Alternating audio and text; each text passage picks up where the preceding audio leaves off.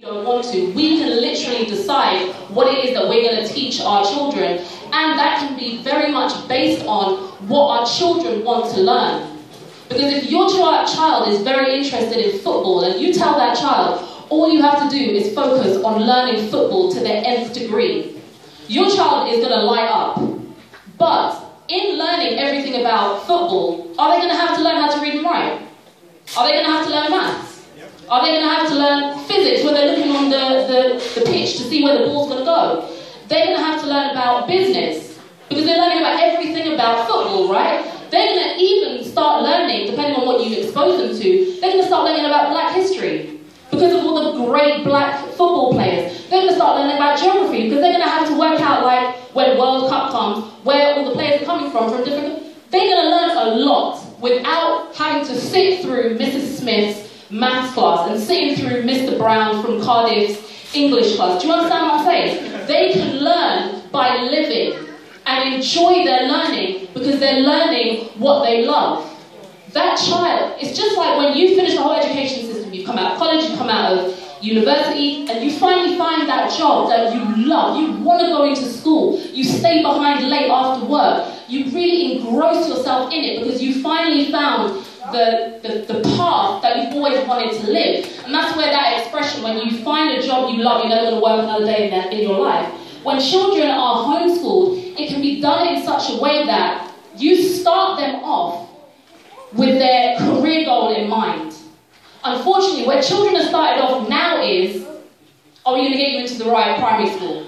Then are you going to pass your stats? Then are you going to pass your entry exam to secondary school? Then you're going to pass your stats in secondary school. Then you're going to pass your GCSE. Then you're going to get your A-levels. Then you're going to go to college. Then you're going to get your degree. Now, what do you want to do now? After all of those years, some people, like my husband, is blessed as an artist. If anyone has seen my husband's artwork, he's naturally talented and gifted. And his mother saw that in him when he was young. So he could slowly start building up his artistic abilities from a very young age. But he did have to go through the muck and mire of the education system and the primary school that wasn't set up with his greatness in mind. And that happens with a lot of our children. Our children's greatness is not the focus of the teachers, because the teachers, even if we've got a teacher like the young lady, what was your name, sis? Abby. Even if you've got a teacher like Abby, and sister in the back, Melanie Hibbert from the Primary Learning Centre. Who you hand up, sis? This sister's got a CD-ROM on how to unlock the genius in your children. These two are both school teachers. If all of the teachers in your school were like these ladies, there would be less of a concern. I would have had less of a concern, because I would have known my children are in safe hands. However, like a lot of people said, we don't even interview the teachers that our children are going to be around for those 30 hours a week. We don't know if they're part of a BNP party. We don't know if they've not registered on the SCX offenders list. We don't know if they're, perpetrators of domestic violence. We have no idea what their background is.